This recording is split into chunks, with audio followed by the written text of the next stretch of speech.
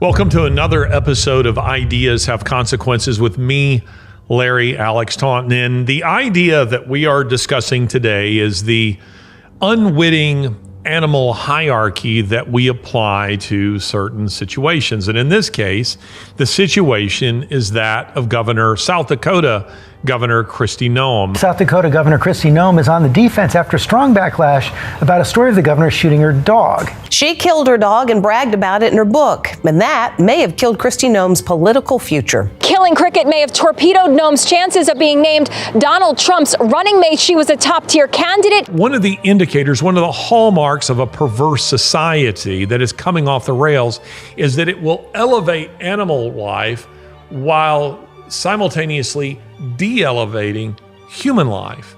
That's what happens. You worship one and you have little regard for the other. So right now, what we're seeing in the world, what we're seeing in the United States is outrage over the killing of Cricket. But we have the World Economic Forum calling for the reduction of the human population on the planet by 6 to 7 billion people.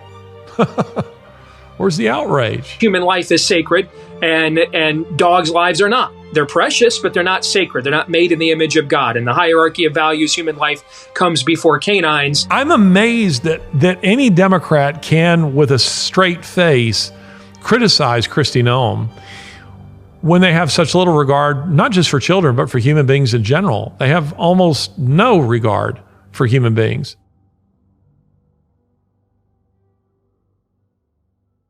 Today, we're going to be talking about Kristi Noem, and we're going to be talking about what I'll call Puppygate. Puppygate.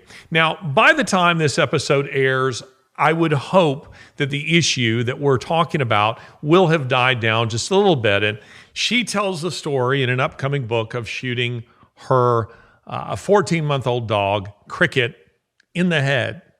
And this has a lot of people upset, both left, right, and center. And as I have listened to the controversy, watch it unfold in media, on social media, it's been quite fascinating to me to pick up something here that's unspoken. And in fact, most people are not even aware that they're doing it, that I think is very instructive. Now, I want to say this from the outset, that this episode isn't really about Kristi Noem. I'm not trying to make an argument that she should or shouldn't have a political future. I'm not making an argument about what sort of governor she is. I'm not making an argument about her particular policies. It is rather that this Puppygate, as I'll call it, I'm surprised somebody else hasn't already called it that. I think I'm the first to call it Puppygate, but maybe if I went on social media, I would see that everybody's calling it that and I just haven't seen it. But this Puppygate affords us the opportunity to do what I think we do best, and that is to reveal to you some of the ideas that are driving public conversation, public policy, and public action. So it goes something like this. I think everybody on God's green earth has by now heard the story of how Noem, she tells this story, by the way, in a book that will be released this week. She tells the story of how she was visiting the ranch. And we should say this, Kristi Noem, in addition to being the governor of South Dakota, she is also a rancher. And she was visiting, as I understand it, because again, the book isn't out yet. So I'm simply going off of media reports, excerpts as it relates to the book. But she was visiting a fellow rancher, and her 14-month-old dog escaped from her pickup truck and began attacking and killing the chickens of this fellow rancher. And this rancher, as Noem says, was greatly distressed by what was happening, this carnage, that was taking place right in front of her. And Noem, of course, as any sensible dog owner would try to do in this kind of situation, she tried to stop it. She tried to stop Cricket, her dog, from killing all of these chickens that it must have found finger-licking good. I couldn't resist that. And in the process, Noem says that the dog, Cricket, turned and bit her, and that she decided, she says this, at that moment, I realized I had to put her down. Now, things escalated from there, and that, of course, is exactly what she did. She took the dog out into the forest, and she shot the dog in the head. Now, this story, as I say, is in her upcoming book, No Going Back: The Truth on What's Wrong with Politics and How We Move America Forward. Can your savings weather an economic storm? Think about what you've put away for the future. Inflation can render cash worthless. Real estate can crash like it did in 2008. Economies built on a mountain of debt fall like a house of cards. There are very few physical assets you can invest in that stand the test of time. Gold has stood as a valued form of money for millennia. It's why people are flocking to it now, and why Birch Gold is busier than ever. Through a little-known tax loophole, Birch Gold lets you convert a retirement account into a tax-sheltered IRA in physical gold. And the best part is it doesn't cost you a penny out of pocket. To learn more, text IDEAS to 989898 and claim your free info kit on gold. Let me ask you this again. Can your IRA or 401k weather an economic storm? If not, call the people I trust, Birch Gold. Text IDEAS to 989898 and secure your savings today. What's wrong with Kristi Noem's editor? That's a question I want to know. What's wrong with Kristi Noem's editor? Because desensitized though Americans are to the annihilation of the unborn, this is a story that few Americans would be able to properly categorize. Take, for example, this fact that I'm going to share with you is something that Kristi Noem and her editor ought to have been aware of before including this story in the book. And by the way, the story is apparently several pages long. But according to Pew Forum, 65.1 million U.S. households own a dog, and 97% of American pet owners consider their pets to be a member of their family. So inclusion of this story, some have said that it was very stupid of her to include the story.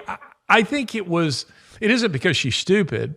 I think it's because Kristi Noem failed to read the room, the country, as it were, beyond the confines of a working ranch or farm where animals are killed with great regularity. And that would include dogs in some instances.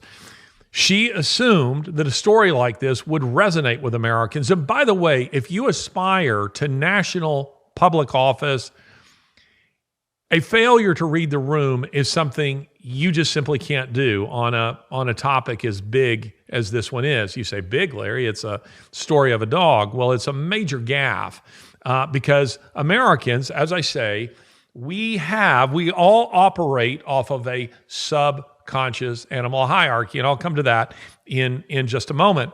But Americans are people who get far more upset over a story like this than they do, as I say, the annihilation of the unborn or proxy wars with Russia or corruption in Ukraine. They're far more troubled by this. Take, for example, the story of Walter Palmer. Remember this guy, Walter Palmer? He's from Minnesota. And in 2015, he was hunting in Zimbabwe at a national park there, not legally. It was an organized hunt. And he shot with an arrow Cecil the lion, posted pictures of it online. And people went nuts over this, just as they did with Kristi Noem. So you would think that Kristi Noem would have better sense than to do this because social media was made for moments like this. I mean, just as Walter Palmer was gifted and memed and canceled by the social media culture, that is now precisely what is happening to Kristi Noem. She ought to have known better before she put something like this out there. Again, and by the way, killing animals that have names is just something you don't do. Cecil the lion. If you're hunting, you're culling the lion population, please don't shoot one that's named. Kristi Noem might have done better not to mention the name of the dog, Cricket. Cricket sounds so cute. It sounds so lovable. and Kristi Noem shot Cricket in the head. Americans are more troubled, as I say, by cruelty to animals or what they perceive to be cruelty to animals than they are almost anything else. Almost anything else. We are a country that, honestly, we're a little overboard in this regard. I have mentioned online, I've seen some of these videos online where people are, say, trying to put a great white shark back into the ocean. And I think to myself, why? Shoot it in the head. Why would you do this? We're just going to put it back in the ocean and let it swim down the beach and bite some kid's leg off. But you see people doing this. And part of the reason that people do it is I think that they see it as a mark, an indication of their own moral superiority over those people who aren't animal lovers. Now, I say this as somebody who is an animal lover. Anybody who watches this podcast regularly, who follows me on social media, will know that my German Shepherd Ranger is a fixture in my commentary. He really is, and he figures into the commentary today. I love dogs. I love, generally speaking, most animals. The idea of shooting one in the head would be extremely difficult for me to do. That said, I do recognize that it's not, as some would have it, a sign of my own moral superiority.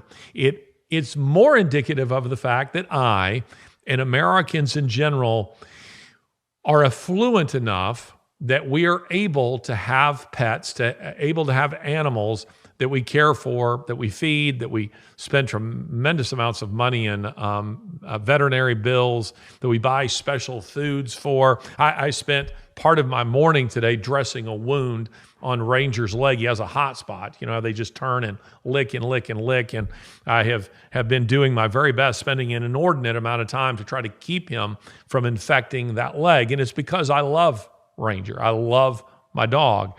But the fact is, Ranger serves no practical function within my own household, except for the fact that he's a companion. He's a friend. He is a source of amusement to me and to my family. This is not always true the world over when it comes to pets, when it comes to animals.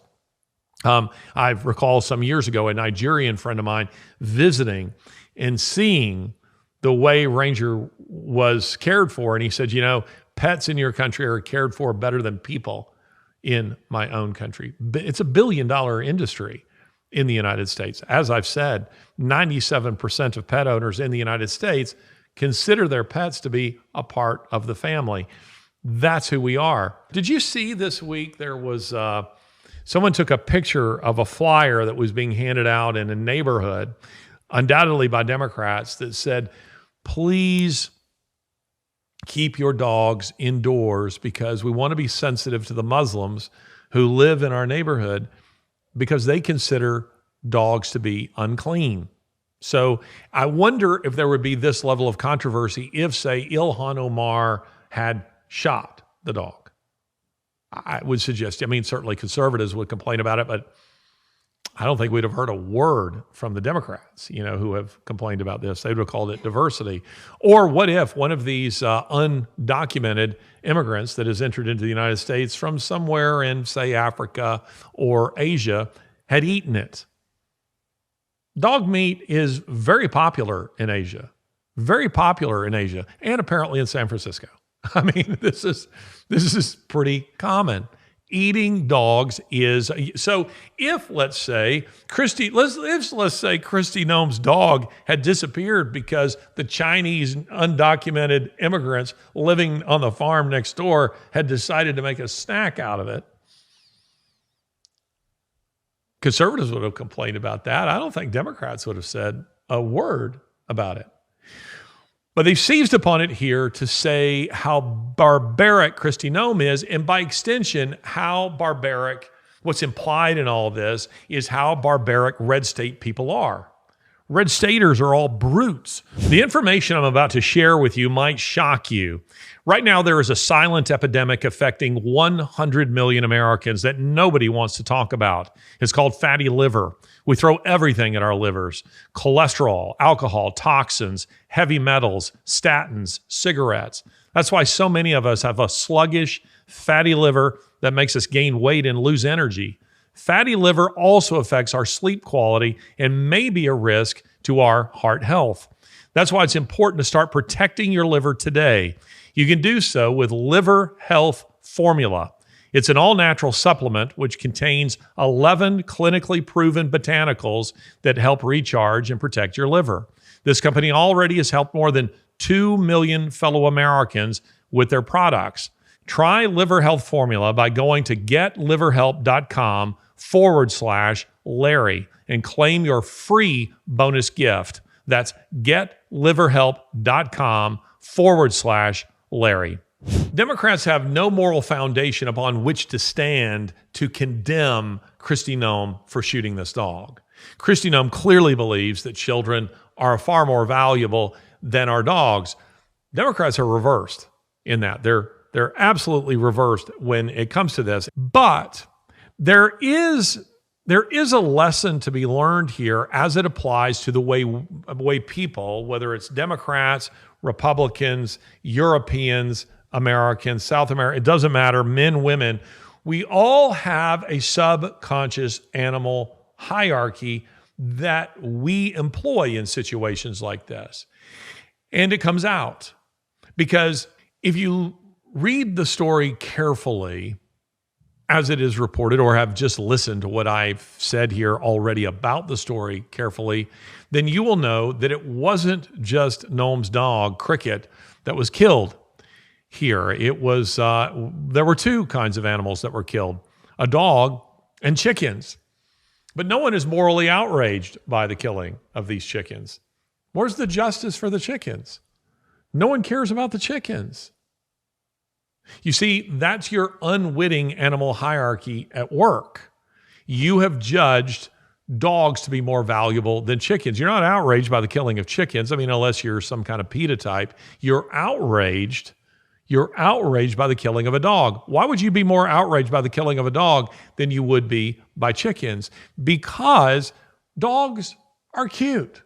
They're companions. Chickens seldom are. I mean, I know there are instances where somebody might have a pet chicken, but generally speaking, that's not the case. We eat chickens. We, Americans, traditionally don't eat dogs. That's why you're morally outraged. But I'm not sure that you have any kind of moral standing when it comes to an objection of that kind.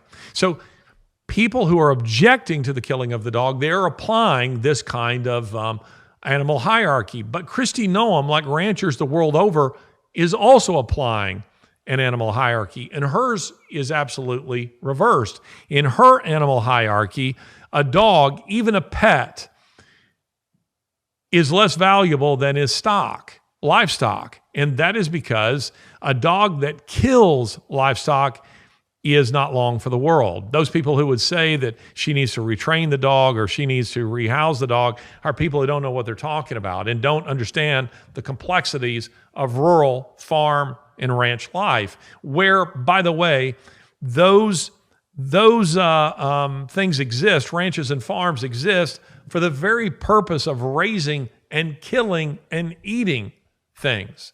That's what happens. Alf White, who was a country veterinarian, he wrote a series of books called All Creatures Great and Small, All Things Bright and Beautiful, All Things Wise and Wonderful, Lord God Made Them All. I think it's a series of 4 books. He wrote them over the course of 15 years or so. They were bestsellers.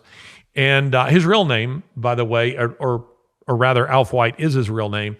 His name in the series is James Herriot. He took the pseudonym James Herriot, and it became a hugely popular, not just a book series, but it became a hugely popular BBC television series that ran in the 1970s into the 1980s. And now it's been redone. And this new one that's out is just as good. The characters are a little different, but you have to let them be what they are. And it's fabulous. This series is terrific. And the stories in each episode are based on real things that happened. And one of them that Lori and I recently watched, which is very applicable here, is that a guy has a something like a collie, let's say, and it's a wonderful family pet. And he opens the door and lets the dog run around. And anyway, he finds himself looking for the dog, and he finds the dog. And at the same time, while this practice is, attempting to help him find his lost dog, there are sheep. Farmer sheep are being killed. And they begin to put the two pieces together that the dog, when it gets out, this wonderful pet, has fallen in with other dogs, a pack of dogs that is now going around and hunting sheep. Not to eat them, they're just killing them for sport. And the law of England at the time, this is 1930s, 1940s, probably still true today, specified that the dog had to be put down. A dog like Kristi Noem's being put down in a rural setting, this is quite common. It's very common. Don't think you should include that story in your book, but anyway, that sort of thing is quite common. Now, I want to illustrate this issue like this. And again, part of what I'm trying to get out today to help you understand is that we're so warped in our thinking about human beings and where they rank. And this is Romans 1, because Romans 1 tells us, Romans 1 verses 18 through 32, it tells us that one of the indicators, one of the hallmarks of a perverse society that is coming off the rails is that it will elevate animal life while simultaneously de-elevating human life. That's what happens. You worship one and you have little regard for the other. So right now what we're seeing in the world, what we're seeing in the United States is outrage over the killing of cricket, but we have the World Economic Forum calling for the reduction of the human population on the planet by 6 to 7 billion people. Where's the outrage? We express it here on this show, and I have colleagues who express it on their own show, but I don't see that social media is terribly up in arms over the killing of human beings, the calling for the killing of human beings. What's going on there? Well, it's a sign of how perverse we are as a people. I find this all fascinating because as I sit back and I watch all of this play out, I'm amazed that any Democrat can, with a straight face, criticize Kristi Noem when they have such little regard, not just for children, but for human beings in general. They have almost no regard for human beings. Do they not see that? Can they not see that this is so inconsistent? It's so odd. But I also think conservatives are wrong here. And it's because what this controversy reveals, and by the way, I would suggest it's maybe conservatives who are more critical of Kristi Noem than are people on the left. I mean, the Babylon Bee, for heaven's sake, got in on this with a headline that said, Kristi Noem clarifies killing puppies makes up only 3% of what she does. So, they're outraged by what she did here, but I would suggest that they're wrong too. And it is because where we are typically talking about the divide in America being between red states and blue states, this reveals that the divide is actually between urbanites and suburbanites and people who live in rural areas. That's where the real divide is. And there would have been a time where Americans would have instinctively understood how to process this. And they would have, because up until 1920, get this, up until 1920, the majority of Americans lived in rural areas. The majority of Americans lived in rural areas. As of 2020, according to the census in 2020, only 14% of Americans live in rural areas. That tells you that they don't really have any clue, have any real understanding of the operations of a ranch or a farm, or the realities, the stark realities that those who operate them are faced with, where your own cute sentimentality simply doesn't factor in and has no place. It simply cannot, and for very good reason. So America has shifted massively. And there was a time as well where Americans were once required to read novels like Wilson Rawls' Where the Red Fern Grows and John Steinbeck's The Red Pony and H.G. Wells' essay Shooting an Elephant. I mean, these are all, there are others that I could name, but these are ones that come immediately to mind because they were ones that I was required to read. I was required to read them all. And as a somewhat of a city slicker, they clashed with my own, born free sentimentality because I loved animals. I loved pets. And you read those stories which deal with the harsh realities of rural living, and you find yourself wrestling with these moral questions. There was a time when American children were exposed to these things, where they watched Old Yeller, where they would know about these kinds of things and would also know that while they don't like them, they are sometimes the thing that has to be done. They are the thing that has to be done. Many of you will know of instances where you had to put down an animal. And maybe you weren't in a situation where it was always easy to do it, where you took it into the vet. Maybe you couldn't even afford to do that. Not everybody can. These people who say that she should have relocated the dog. Have you ever been in South Dakota? I mean, my wife is from South Dakota. And I will tell you this idea that somehow Kristi Noem should have, spent the remainder of her day trying to relocate the dog, find somebody who wanted the dog, a humane society, something of this nature, to me, that just shows your ignorance, that you have no real idea what rural living is like. Now, if you have the time to do that, then good for you. But don't think of it as a sign of your own moral superiority over Kristi Noem or over other ranchers. It just means you have the luxury, the time to do it. In the third world, they would just shoot the dog. And by and large, they don't see them as pets anyway. But there was also a time where Americans didn't just simply read literature like this or watch movies like Old Yeller, but where they were grounded in Scripture. And in God's law, we see that animals that do harm to human beings must be put down according to God's law. They must be put down. And it was that, along with the sacrificial system, the whole sacrificial lamb, it was painful, often painful. And it was meant to be a reminder, not only the cost of sin in when we're speaking of a sacrifice, but it was also a reminder that human beings in God's hierarchy of things, human beings are intrinsically more valuable than animals. And I would suggest to you that we have completely slipped our moorings in the United States, and we no longer really understand that basic fact. We live in a country where if you are involved in the transport of an eagle's parts or feathers or eggs, you can be fined up to $250,000 and go to jail for 5 years. But you could kill your own offspring with government assistance. I want to encourage everyone to join our newsletter. That's join.larrytaunton.com. Now, why is that important? Well, because it helps us to maintain contact with you apart from big tech. So whenever there's a new interview, a podcast, a video short, a live, we have the ability to contact you directly without going through big tech. So you can join that by going to join.larrytaunton.com. Joining me on the show now is Steve Deace, who is the host of the creatively named Steve Deace Show. And Steve, Kristi Noem, all of this controversy surrounding her, she's a puppy killer, as some would put it. What's your take on this whole thing?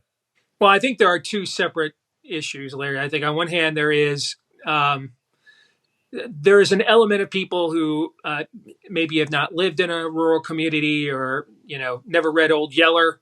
Okay. And so there's part of that. But then I think that the larger narrative here, and hey, I'll just say, interest of full disclosure, we've had one family puppy, our beloved Bichon Cap. He's turning 12 He's got dementia. He's struggling to get up and down the stairs. He's walking into walls. Okay, he's waking up like at 3 a.m. every night. Is his name Biden? And we're having these conversations about we think it's too early, but we don't want him to suffer. So, having to put a pet down is an excruciating thing that is part of owning a pet for most of us. But that's a separate issue from the fact that this woman has, in the last 2 years, essentially just taken cringe to cringy levels. Okay. Whether it's an adultery scandal with Corey Lewandowski that all kinds of national publications were writing about. She sold out women athletes in her state because a big donor wanted her to. She did this strange infomercial about a month ago. I played the whole thing on my show. I saw it. It is cringe. It is. I mean, and with these like really weird extreme close-ups of her mouth, like Pete Rose on. I didn't even know that politicians could do that. I know. Here's the thing too. This actually was done in Texas, another state. She's not even promoting a local dentist. Okay, and so it's like Pete Rose from 1990 QVC called and said, "No, okay," and now let me disclose. Let me show you that I'm some kind of rural badass. This dog nipped me and I threw it in a gravel pit and I shot it.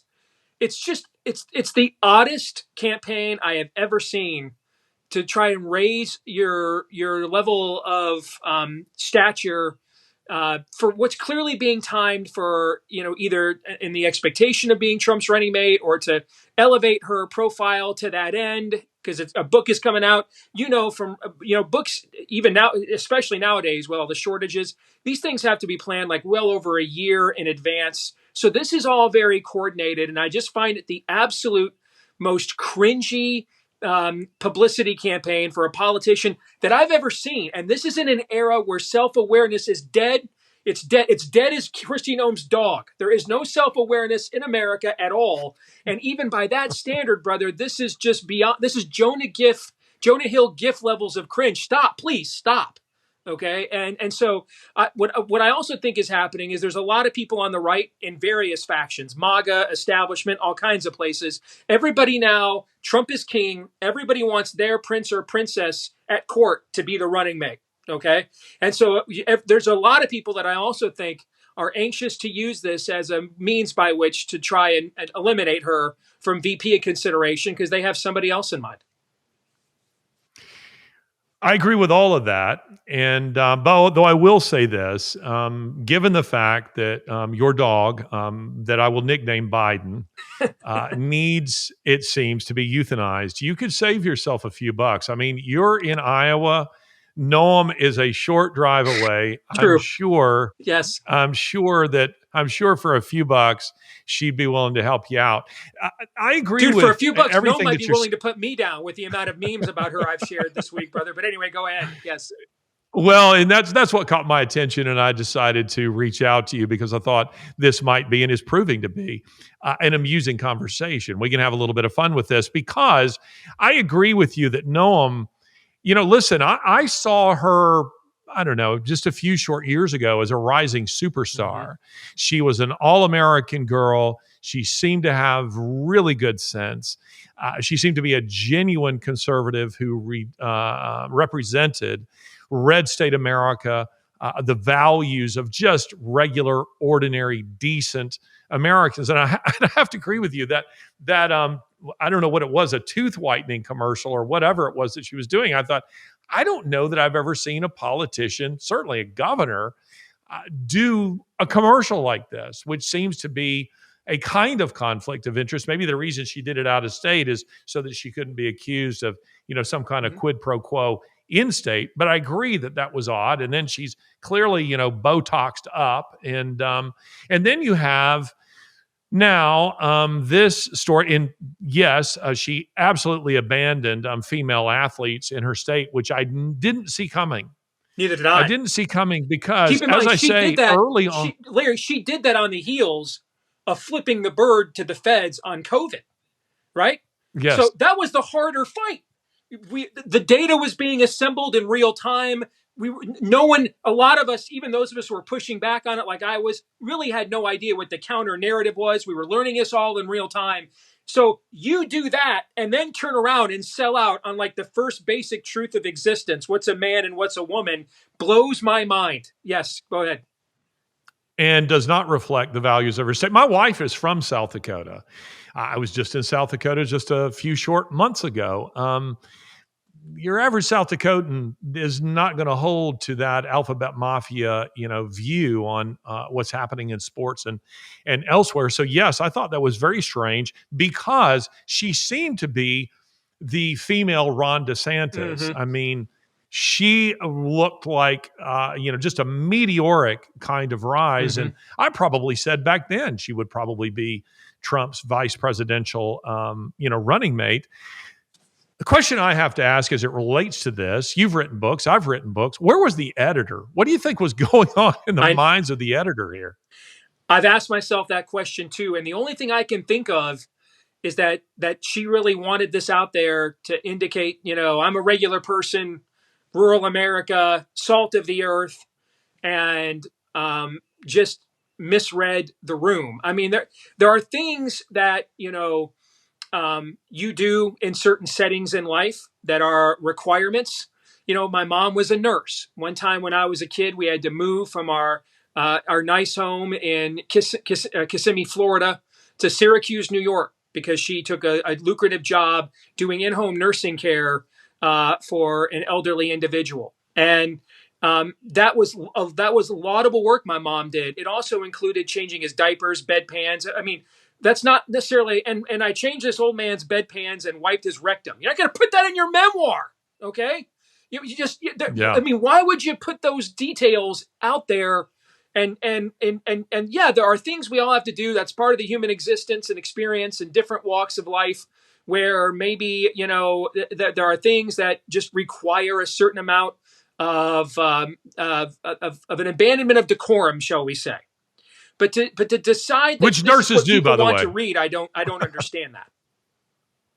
Yeah, it's pretty incredible. Being married to a nurse, by the way, do not go out with two nurses to dinner, because they do talk about these things. Have zero decorum when it comes to this, because it's so regular for them, and it's disgusting. You have to warn them in advance. I'm not going if you're going to talk about that kind of stuff. Nice. I think that Noem, I tend to agree with you here. I think that Noem clearly wanted this story in there. According to The Guardian, the book isn't out yet, but it will be in just a few short days. According to The Guardian, this story is, 2 or 3 pages in the telling. And seems to be something that she wants in there to reflect that she is a woman who is willing to make very difficult choices. Now, I don't so much have a real problem with the fact that she killed the dog. People who live in, the urbanites don't really have any understanding of what farm life is like. Mm-hmm. Farmers, ranchers are not in a witness protection program business. They're not relocating dogs. You go to South Dakota, Iowa, you recognize how far apart these farms are. The fact that most people would have a fairly similar mentality, and the idea that you could deprogram a dog like this once they've tasted blood. I find it's almost any veterinarian or rancher would tell you that it's virtually impossible to deprogram them of it. You just simply can't. That said, the failure to read the room, as it were, the country beyond the confines of a working ranch or farm, to me is the greater problem here, because it's a sin, so to speak, that no politician who aspires to national office can be guilty of. They simply have to be able to have their finger on the pulse of the nation. And it's amazing to me that she wouldn't know that this is the kind of story that, while this happens every day on farms and ranches the world over, in contrast to what Meghan McCain claims. Mm-hmm. The reality is, most people who live in urban settings simply cannot conceive of it, and they can't conceive of it because they can't think of a scenario in which a dog is in some way a threat to their livelihood. Well, I mean, going back into our own situation with our own beloved Bishan, that's one of our considerations. We have our first granddaughter. She's a month old. In a few months, she'll be crawling around. Okay, as Cap's dementia, accelerates. Well, he cuddled with the kids and slept with them his entire life. Well, now he's not the same dog that he used to be all the time. Will there be a moment where he might view this little thing crawling around the floor, that's kind of his domain, as a threat? Will he act on that? These are conversations and questions that we are having within the confines of our own family with our own vet, because human life is sacred and dogs' lives are not. They're precious, but they're not sacred. They're not made in the image of God. In the hierarchy of values, human life comes before canines. But but here's the thing, though. We're back to the point of why you stood up to COVID. If you want to show people you can make the tough call, just make the entire thing about how you gave Anthony Fauci the middle finger salute. Just do that. There's no other. You don't have to do any. We often talk about urban people not understanding or elites not understanding the commoners, urbans not understanding what life is like in the rurals. I wonder if this is an example of where it goes the other way too. Okay. Let's say nothing happened between Kristi Noem and Corey Lewandowski. I have no idea if it did. It just was in every major publication a couple of years ago. You have to understand, and now maybe this isn't, you're not in South Dakota anymore. You have to understand you're a successful, attractive woman and a threat to the system. All right. You have to understand when you show up at every public function with a man, not your wife, not your husband, you're going to feed narratives of people. So let's say it's all false. You at least have to have the self-awareness of understanding you're going to make your detractors' case for them by your husband being nowhere to be found, and you travel everywhere around the country with a guy that you're not married to. Have some self-awareness. You're going to go do an infomercial with close-ups of your mouth, like hi, I'm Chris, like she's me, like I'm a podcaster in the middle of it. Let me tell you about my friends at Backyard Butchers. Okay, they do great meat. What's next in the middle of the state address? And guys, before I tell you what my tax plan is, I just need you to know, outstanding work. I mean, come on, some you're laughing because it's preposterous. Yeah. And so yes, the elites don't understand what life is like out here in the real world. Yes. If you live in urban areas, you don't know what life's really like in the rurals. But I think this pendulum swings both ways at times. And I think we're at the very least dealing with a woman from South Dakota who's out of her league, just out of her depth, and doesn't really understand what it truly means to be a national standard bearer, despite her craven attempts to become one. So what do you think this means for her political future? I didn't think there was much of a future there after what's gone on before. And I just think that this is, like I said at the top, there's a lot of different factions now that want their person. We're dealing with a guy who's in a coin flip election. And even if he wins, he's a lame duck. He can't run again. So the next primary cycle, I know everybody wants to hear this, but the next primary cycle, guys, regardless of what happens in November, starts the day after the election. Okay. And so everybody wants their rep in that prime position of being the person that Trump says, this is my son or daughter in whom I am well pleased, and hands them the hat and the scepter. And there's a lot of different people that want their person in that position for a lot of different reasons. And the last thing you want to present right now is negatives. And she's presented quite a few. She really has. And what's interesting to me is her defense so far, at least what I've seen on Twitter, is almost a continuation of the same problem. It's a failure to really read the country and how people are responding to this. I mean, as you know, it's not just simply Democrats who are attacking her on this. Mm-hmm. Her defense against Democrats is actually a pretty easy one, is to say, I mean, you're the people who are okay with the, lopping off of penises of little boys and turning them into little girls. Mm-hmm. And you have no problem with the annihilation of the unborn. Please spare me your outrage, your faux outrage. But she's getting, I mean, we have Babylon Bee lampooning her as a puppy killer.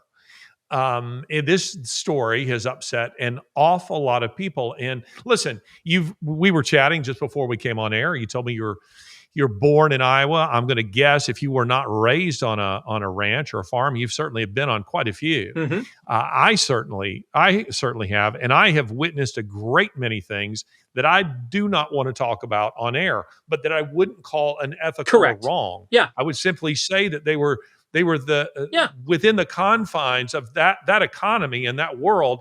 They make absolute sense. In my own sentimentality, love of animals is actually a liability. Yeah. In that world. I mean, imagine if that's you the wanted, way that's a to great use an old point. phrase. If you wanted to make an example or draw a metaphor from your farm life, you wouldn't pick something like, and you know what? I watched these two horses mate. And let me tell you what this is like in depth. And draw. You wouldn't do that. You're laughing again because you're right. It's necessary for the horses to mate to perpetuate the species. But dude, that's actually the best abstinence message ever created. You want to stop your teenagers from having sex? Take them out to watch a horse out to stud and let them get a glimpse of that. And they'll say, see you on the wedding night. I'm out. Okay. Pour one out. 5,000 G. All right. So again, why would you choose this it's not that I don't think it's even that she euthanized your dog. But this is you've been governor of a state. You've made major decisions. But let me tell you, what really proves I'm a badass is that I shot a dog. I think that's what's the kind of the offensive part to it. That it's not that like I start swelling up tears thinking about if I've got to make a decision in a month or 3 months about what to do with Cap. All right, when after we're eventually going to have to put him down. When I walk out of there, man, I'm not going to jump on and say, let me tell you, man, I made the tough call. I put the dog. I'm not going to do that. No one brags about that. Yeah. And I think that's the thing that's disturbing to people. That is something we do that is not one of the shiny objects of our humanity. And why you would choose to use that as a launching point, to brand yourself, it's just cringe. Yeah, it's very, very odd. There's no question. Thinking about the political landscape and where we're going here, I'll go off topic just a little bit, but I have been maintaining on this show that I believe Trump will win. I think he'll win in a landslide. I mean, they won't report that, but I think that he will win. We'll see more election shenanigans, but I'm making a distinction between him winning and actually taking office. I think Democrats are prepared to burn the whole country to the ground to prevent him from taking office. And the example I use is this, Steve, is, growing up in the neighborhood, there always seemed to be, you always had unwritten rules in the games that you were playing. We self-regulated when we played baseball or football or basketball. There was no referee, no umpire out there. We self-regulate. Yeah, I was out of bounds. Yeah, I fouled him. Mm-hmm. That's the way it worked. Ghost man on second, this kind of thing. And then occasionally there were fights, but even with the fights, there were unwritten rules that everybody observed. I don't remember any discussion, but there was always a kid in the neighborhood who was prepared to escalate beyond what those unwritten rules were. So you're going at it, and typically you fight and you're done in a few minutes, and you're friends and you're playing again. But was always some kid who was prepared to pick up a rock or a bat or something. To me, that kid, that's the Democrat. Yes. I mean, that's what they're prepared. Yes. That's what they're prepared to do. Whatever you do, they are going to escalate one beyond you. And I think that's what's coming in November. Do you agree with that? Wholeheartedly. Now, let's say that first of all, your analogy, perfect. What you're basically describing in the ecosystem of youth sports, and I grew up in that same generation, so I know what you're talking about. The worst thing to be called was a cheater. The worst. All right? Why? Because what you described is what I call a social compact. There was an honor code is another way of putting it. Okay. And within that social compact, if you're going to be a part of that subculture or that ecosystem, there are rules of engagement. There are things you just don't do. You don't rub another man's rhubarb, bros before hoes, all the stuff we said to each other back when we were kids, right? Okay. You don't, yes, of course. You don't cross certain lines. And when you do, you are risking your place within that ecosystem. And there could be drastic consequences, maybe corporal, as you mentioned. There were fights, literally. These things had to be settled. Okay. What's happened now in our political life, we have a social compact too. All right. The Constitution is not the social compact. It is the itemization of it, the quantification of it. The social compact are its first words. We, the people, in order to form a more perfect union, this is now the honor code of how we will settle our differences and relate to one another. All right. With the Democrats have already made that a dead letter. All right. So they don't abide by any of that. And this, I saw an Emerson poll today, and you may or may not know, I keep track of all this stuff. I can tell you the most accurate. I keep track of it cycle to cycle. I keep files on this stuff. Emerson's one of the best pollsters we have publicly right now. They came out with a swing state poll today that had Trump ahead in all 7 of the major swing states. But here's the problem. He's got to win one of these 4: Nevada, Michigan, Pennsylvania, or Wisconsin. He cannot get to 270 without winning one of those 4. In those 4, he's up by a point or 2. I'm just telling you right now, there is no way they're not going to fortify the election in those states where they have total control. In 2000, and just to give your audience so they don't feel like anybody thinks you're into fever dreams or you're just doomsaying or engagement farming for the conspiracies, let me give you a real world situation. The final Real Clear Politics polling average. So this is the amalgamation of all the major polls. All right. The final Real Clear Politics polling average in the Michigan gubernatorial race had Gretchen Whitmer ahead by 1 point over Tudor Dixon. 1. That was the final RCP average. On election night, she won by 10 points. 10. Yeah. 10. If you think Donald Trump is going to win Michigan by 1 point, then you're really telling me he won it by 5. Okay? Because there's no way Gretchen Whitmer, they control all the election infrastructure everywhere, all the counters, all the rules, all the votes, everything. Same thing with the Democrats in Pennsylvania. You see, it's not cheating, brother. If you get to pick both teams' players, if you get to choose which media gets to cover the events and tell them what it is that they get to say, and it's your fans in the stands and your handpicked referees. That's not, nobody stole anything according to the rules. Well, you're making all the rules. And that's what they have. And for all the money that's been raised on our side, kvetching about this for the last 4 years. And I say this as someone, election night on the Blaze, I'm sitting there for 9 hours, me and Glenn Beck by ourselves. And I'm one of the very first people live on the air pointing out what's happening in places like Antrim County, Michigan, my home state. This is not right. I've worked on presidential campaigns. I know the symmetry of elections. Something's not right here. The next morning, when I called this out, I got the entire Blaze channel demonetized by Facebook. Not just my show, the whole damn network. That's like 7 figures of money. So I say this as someone that's been calling this out from the night of the last election. But we've done nothing meaningful to push back on this. Nothing. We've not done anything meaningful in any court that would actually stop them. We've not done it. We've not built up our own ballot harvesting operation to try to even counter it. And so we've got to turn out disadvantage even if they don't cheat, just because of they've got a well-oiled machine. And then on top of that, you're going to tell me that we got to come away with he's going to have to win those comfortably. Well, Stevie did that in 2016. He barely won, which is why they've done everything they've done since, so that would never, ever happen again. And what happened the next time? We always talked about it's a miracle Trump won the 4 decisive states by less than 78,000 votes. Joe Biden won 1 of the 15 bellwether counties, 1 of them. He won all the decisive swing states by less than 40,000 votes. And it just so happened that in the communities where he needed to get the highest amount of vote, where they kept counting votes until they had what they wanted, and it was all absentee, and none of them got turned down. They were all filled out perfectly. He just so happened to get the votes that he needed out of Fulton County to win Georgia. And he just so happened to get the votes out of Maricopa County he needed to win Arizona. And he just so happened to get the votes out of Wayne County that he needed to win Michigan. And Milwaukee County to win Wisconsin. And Philadelphia County to win Pennsylvania. Hot damn, Larry. I got to swear, these are the luckiest sons of bitches I've ever seen.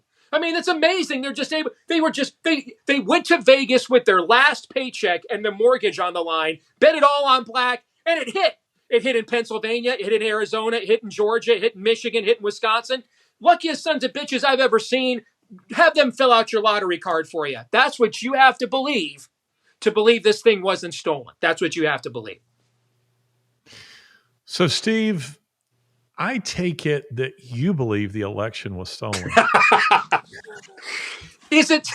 So But is it stealing if you get to make all the rules and determine how and your people get to determine how the rules are interpreted? Is it stealing then? Yeah, no, listen, I think you're absolutely dead on. I've seen nothing to give me the impression that Republicans are prepared to push back on this at all. The border is still wide open. We still have, I just came back from South America where I was covering this pretty closely, and they're flying these illegals in all over the states, and that, of course, is very targeted where they want to place them, where they want to move them to, how they want to rig the electoral college and harvest the ballots. We've done nothing to stop any of that kind of stuff, and yet we keep having these MAGA rallies, and as if to think that somehow our enthusiasm is going to be what carries us through the election. There are things and I'm a Christian, even though I didn't necessarily talk like one for the last 5 minutes. My apologies. I get worked up about this. Injustice ticks me off. So forgive my colorful language there. But, the Christian ethic is that you focus on your own peccadillos before other people's. Judgment begins in the house of God first.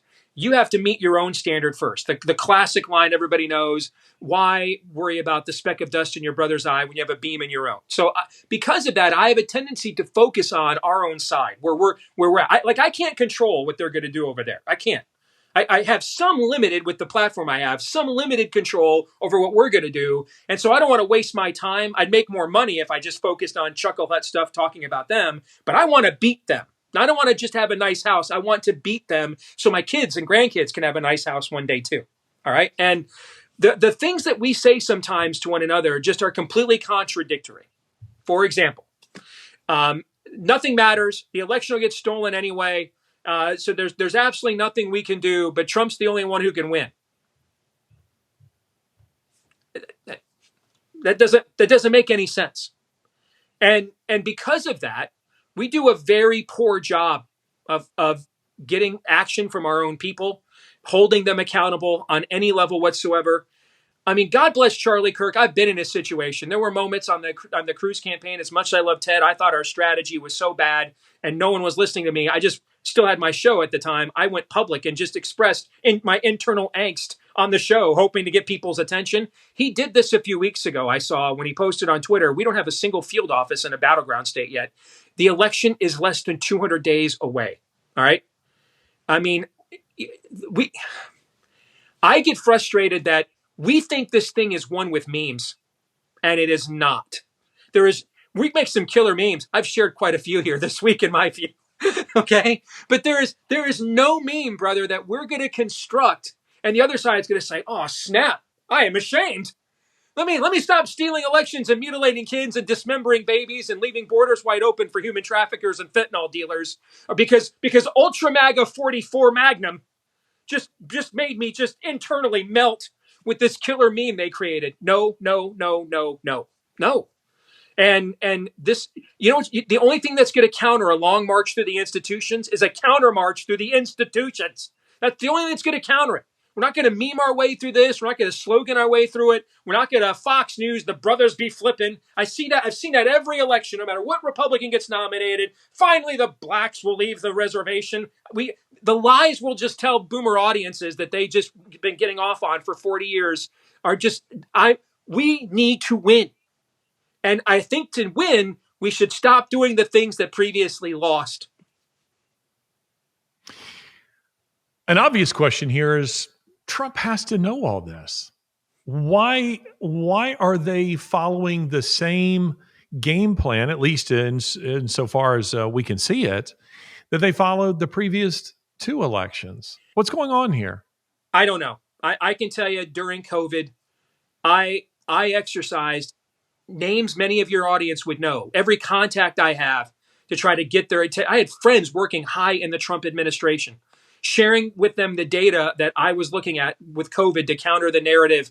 And they would take it and it would go nowhere. Finally, after months of this, we were able to get Scott Atlas on his radar. Enough of us put him on and enough of us gave him a platform that he hired him. And then you should interview Scott Atlas sometime if you have it. Let him tell you the stories of what life was like in the Trump White House, where Trump didn't attend a single COVID meeting of the coronavirus task force? Not a single one. Even if Trump had just showed up the very first time on Scott's first day and said, when he speaks, that's me. When he listens, everything he says is coming back to me. So I understand I'm not going to be here every day. I got other things to do. This guy is sitting in my seat. So come correct. Even if he had just done that for 5 minutes the first time, lots of things might have been different. He didn't. He ceded it all to Mike Pence, and Mike Pence was completely owned by Debbie Birx and the demonic one, Anthony Fauci. And he spent months in there when he could have saved. There was still time. It was August. He could have still saved that presidency in that election, and they just never listened to him. They just tuned him out. It was almost like they were hostages who thought like they couldn't. Their goose was cooked, and there was nothing they could do. So I don't know the answer. I'm sympathetic with the lawfare that's going against him.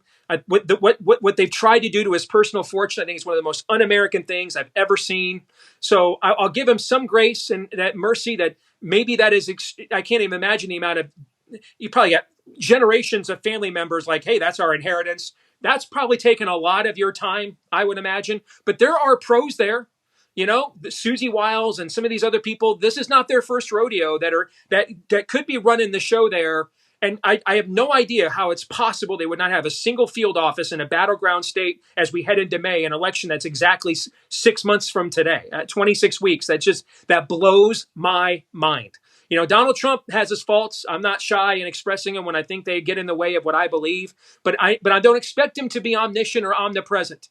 And so there are people there, while he's up there in those New York courts fighting for his freedom, that should be doing their damn jobs. And from what I'm seeing, they're not. Well, Steve, I'm so grateful for you joining us on the show today. I really appreciate it. Brother, you need to go get yourself a cup of coffee and perk up just a little bit. You really do. I don't know if you're aware of this, but you come off with a real lethargy, a lack of energy. I know it's later in the day. You've already done. I know you just recorded your own show, right? And I know you're a little tired, but man, go get some espresso or something. Next time you invite me back on, I will do my best to have gotten a good night's sleep beforehand, so I bring a little bit more energy. Hey, one little final shot for you. I have to ask: is Connor Stalions running the sign stealing op for the Democrat Party? Connor Stalions is a great American. He's a great American. For those who don't know what I'm talking about, Steve there, he is wearing, I believe you're wearing a Michigan Wolverines I'm here in my Michigan polo man there. Cave. Yes. Yeah. Yeah, and of course, I'm a Bama fan, and Michigan just beat a few months ago, beat Alabama for the national title. I was there. In college football. Yeah. Were you really? Phenomenal. Well, congratulations to you. Phenomenal experience. He was there. Rose Bowl. Yeah, he was there to see Michigan win their first national title in, 25, 30 years. Mm-hmm. And Connor Stalions is a guy around whom there's been all this speculation about sign stealing and this kind of thing. So I just as a Bama fan, I just had to try to get in a little shot here for some kind of self-respect. But congratulations to you and to the Michigan Wolverines on a national title. You all got 6 of them. I think you're going to be okay. We can have one. I think you're going to be all right. 17. Yeah. 17 of them. Well, all right, brother, you take in the care. Saban era, but yes. Yeah. Okay. Yeah. Very good. Thank you, my friend. You got it, brother. Thank you. Well, I tell you, Steve comes on and he brings it, doesn't he? He was bringing the heat, and he was bringing some Red Bull too. I think he takes that stuff intravenously. I am pretty sure of that. Kristi Noem and this whole episode, it really does reveal to us how warped our ideas are in the United States as it relates to life, how we perceive life, how we evaluate it, how we value life. And that to me is the big revelation as it relates to this particular controversy. Should you be condemning, listen, you can condemn Kristi Noem for a great many things, but should you be condemning her for shooting the dog? Or should you save that energy and direct it towards those people who regard human life as having no real value at all, and they are enacting it in global legislation? This has been Ideas Have Consequences with me, Larry Alex Taunton.